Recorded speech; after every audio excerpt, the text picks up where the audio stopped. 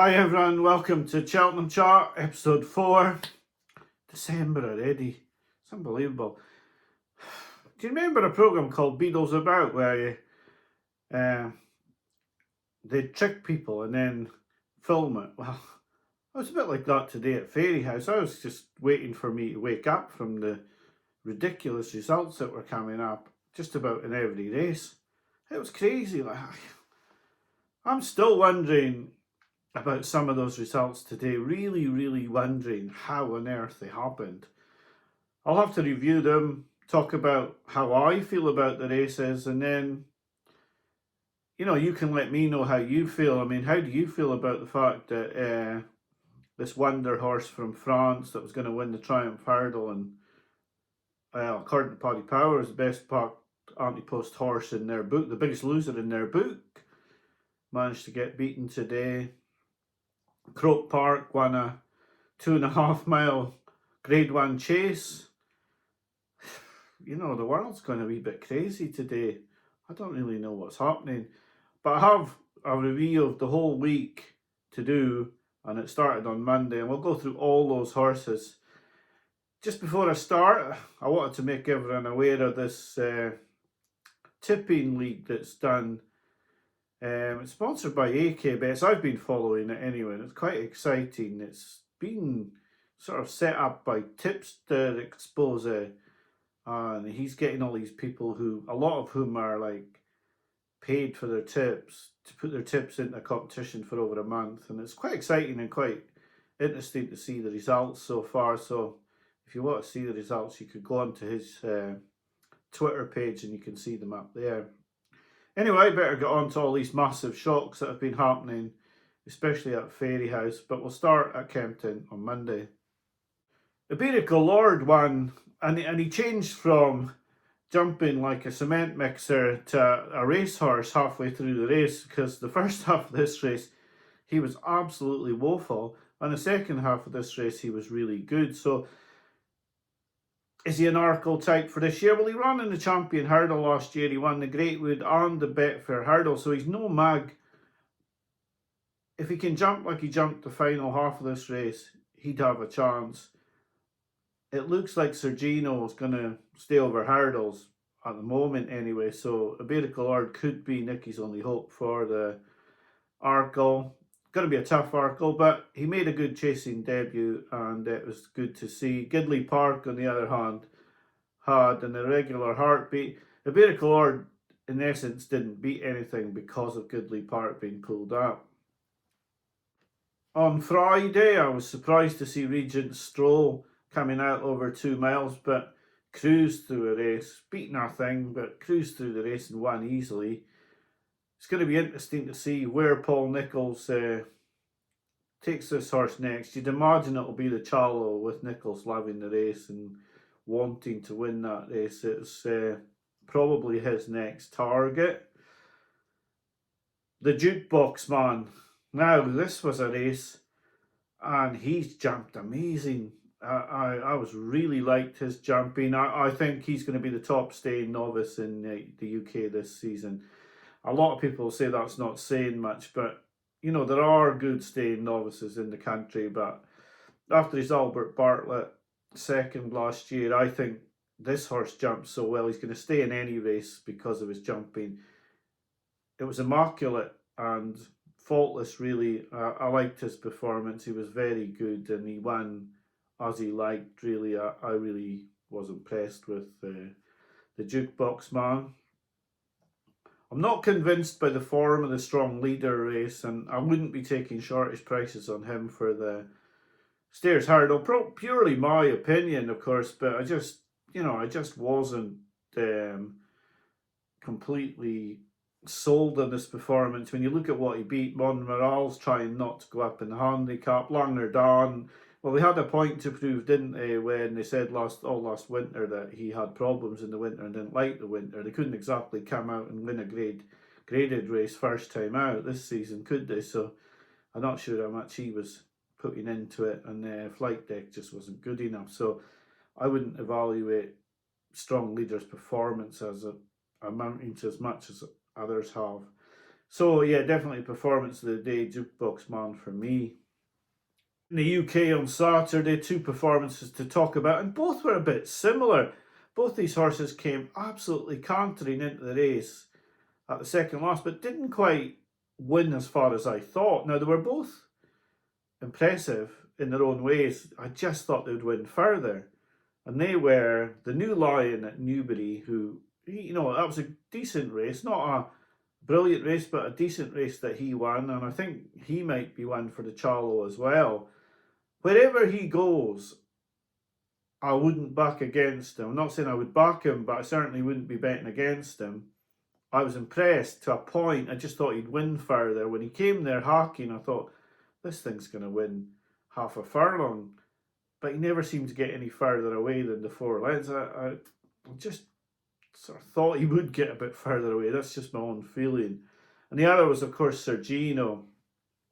You have to sort of hold the horse a wee bit here with Sir Gino.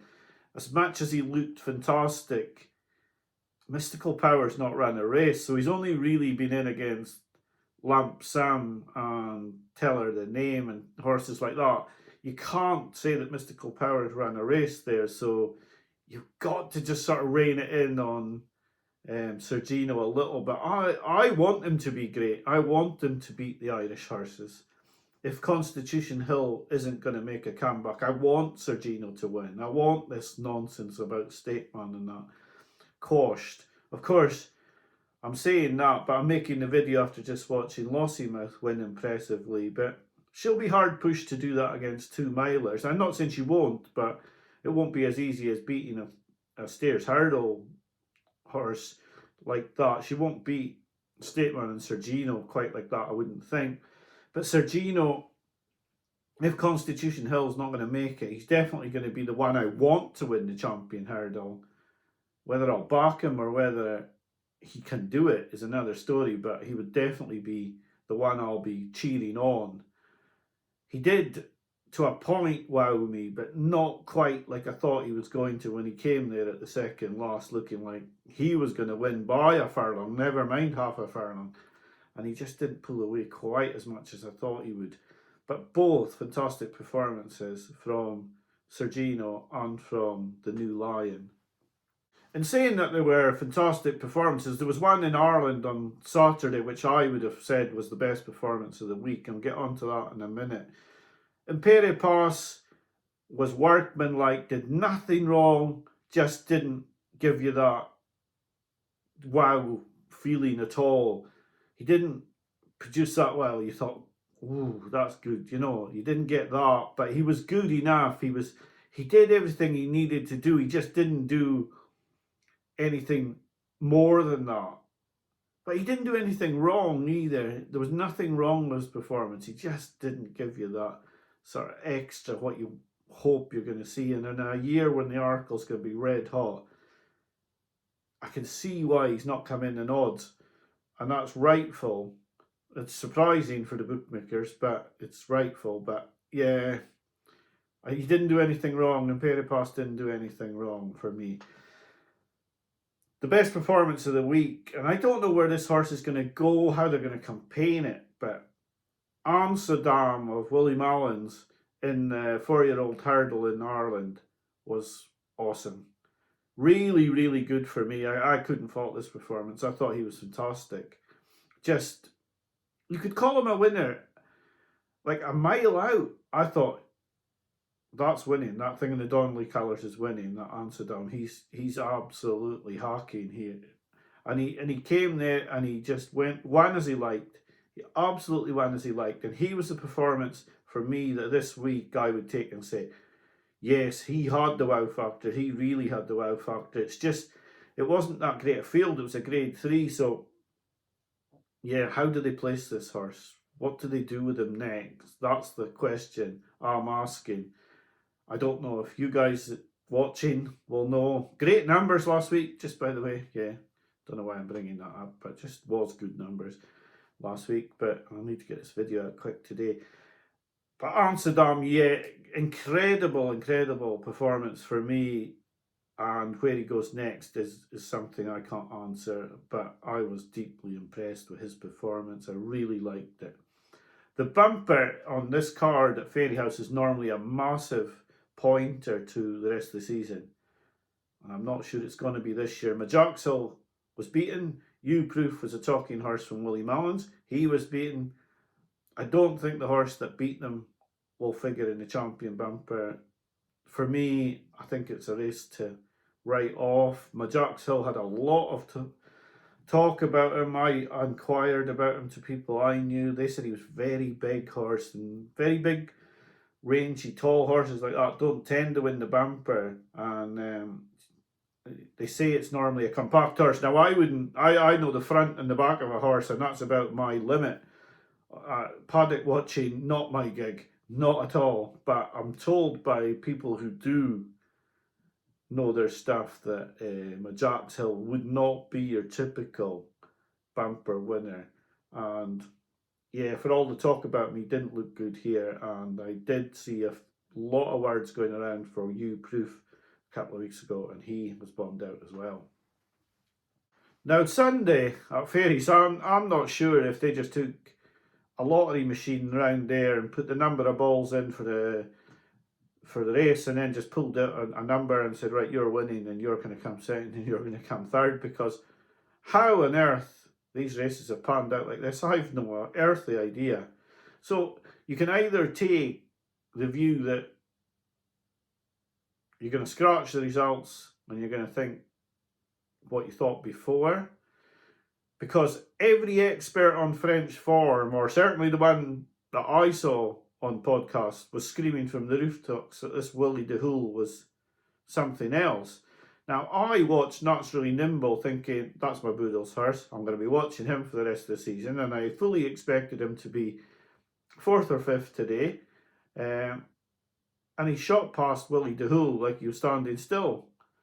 So now you're back at square one again, and you're wondering, is this East India Dock the horse? Or do you think Willie de Houle wasn't quite fit, and then like Fuck to File and Ballyburn and Jalopin de Champs last season, that he's going to come back, and then the 20-1 might be value. So very difficult to evaluate your thoughts on that race at the moment.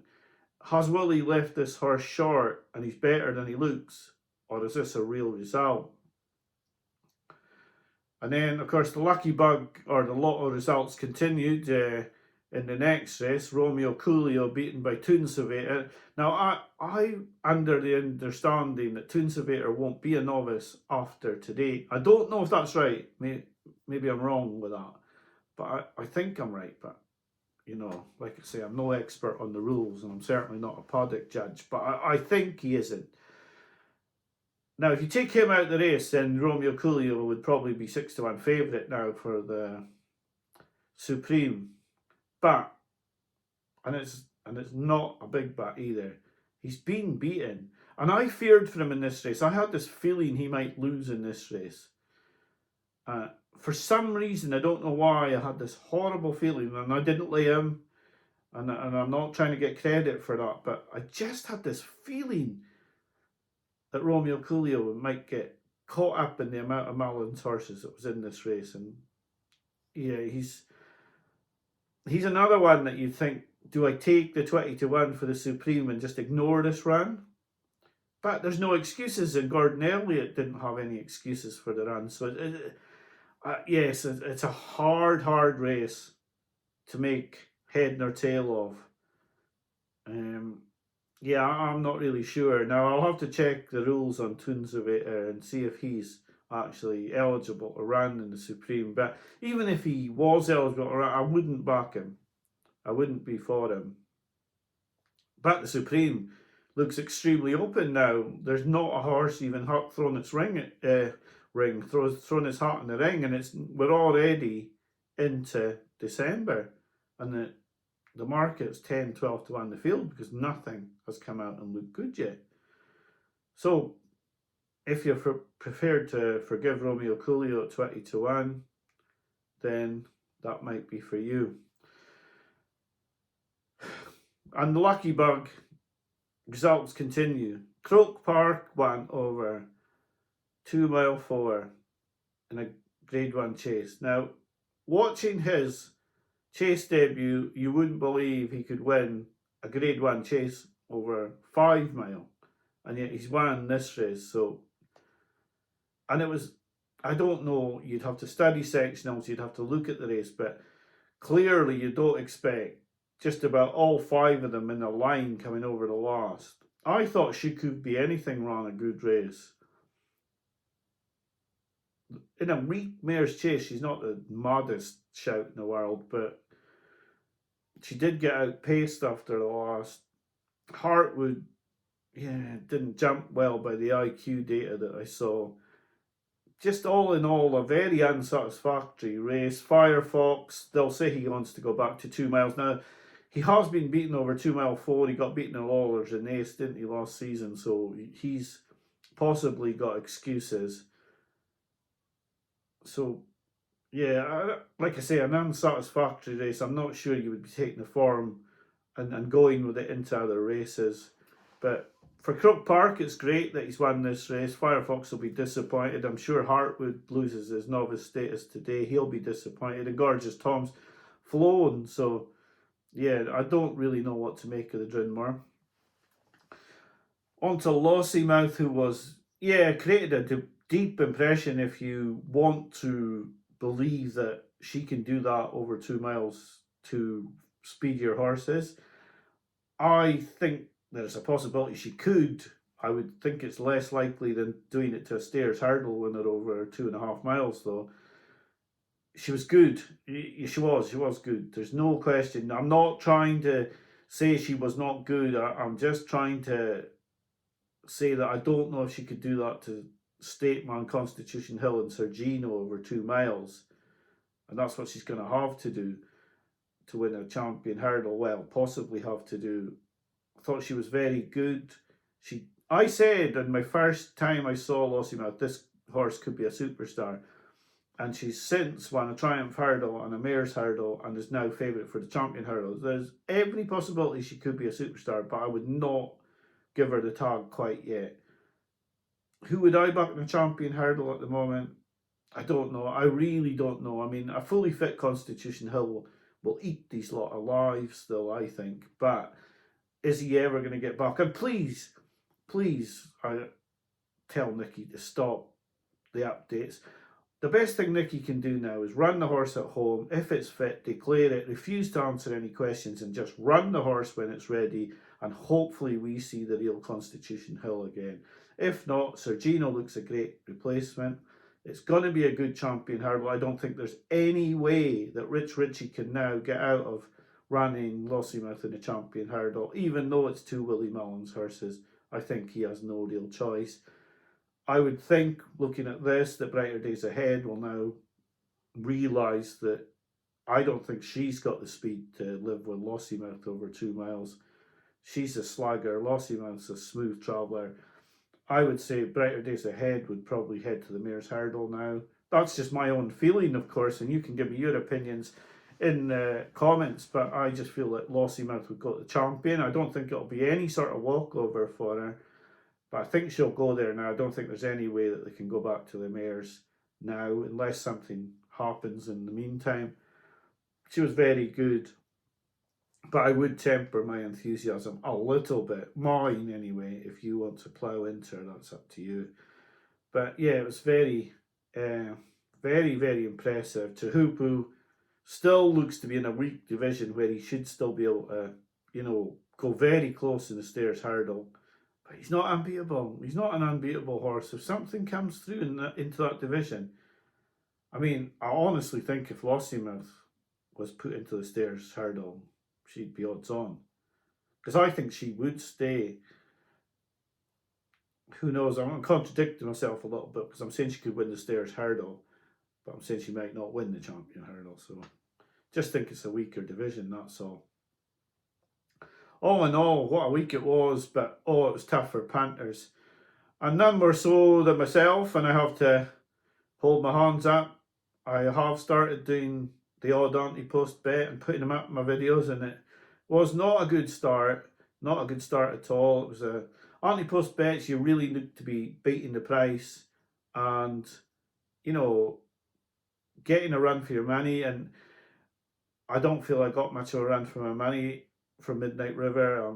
You know, I backed the horse. I've been beaten on it. Anyone that followed me in, you know, I can only apologise. But you know, no one should be backing my horse without, you know, thinking about it themselves. But the writing was on the wall early in the week when they said Hardy Skelton was going to ride the other horse, and yeah, not a good pick. And I really need. I did think that horse would contract the odds, but I mean, I need to do better. But it's just one race in isolation, and I've got it wrong and badly wrong. And you know, I'm always going to be up front and come out and say I've got it badly wrong.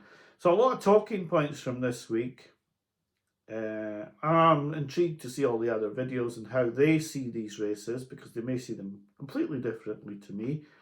And that's the beauty of watching all the videos and seeing all the views and seeing what other people think of these races. And of course I'm not going to be right. I'm wrong probably 85-90% of the time, but I've just got to get that 10% when I'm right for bets for Cheltenham, and hopefully I can make my videos an 8th year in a year profit. But it's a hard picture at the moment. Antipost, they're pricing these horses so tight now. It's like they're running tomorrow, the prices they've got on the horses.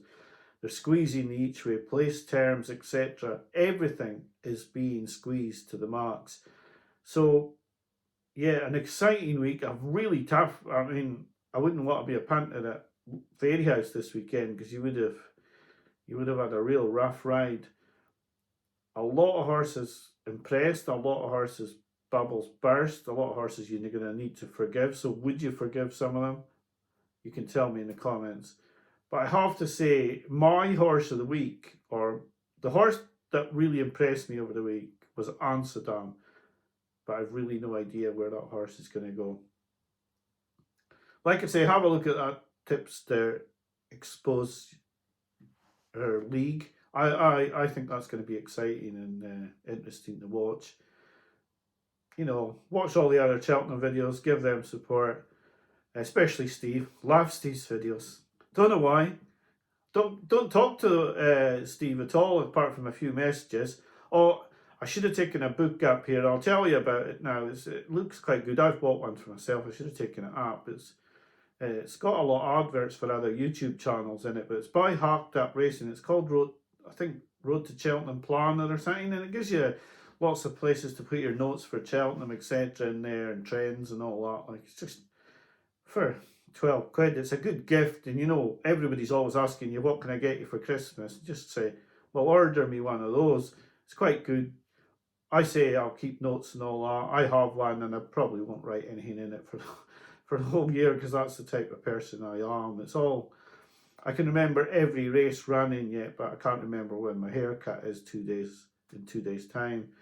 Anyway, I'm rambling on now. I hope you've enjoyed the racing this week. I have. Hopefully next week we'll have lots more to talk about. But until then, I'll say good night, and I hope you enjoy the outro that I've made. It's a new one, and hopefully you'll like it. It's only showing my results for the year, but we've got our audio on it. I'm trying to be all techno now. So thanks for watching. Bye for now.